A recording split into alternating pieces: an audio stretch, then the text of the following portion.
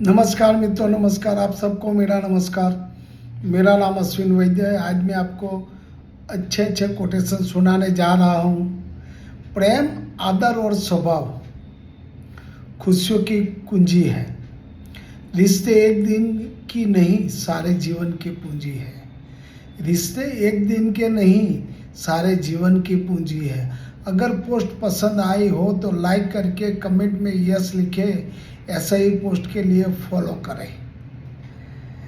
चतुर युग चल रहा है, इसलिए ये विचार छोड़ दीजिए। चतुर युग चल रहा है, इसलिए ये विचार छोड़ दीजिए कि बिना स्वार्थ के लोग आपसे रिश्ता रखेंगे। कि बिना स्वार्थ के लोग आपसे रिश्ता क्यों रखेंगे। वक्त और सांसें दौलत से ज़्यादा कीमती होती है। वक्त और सांसें दौलत से ज़्यादा कीमती होती है। Thank you.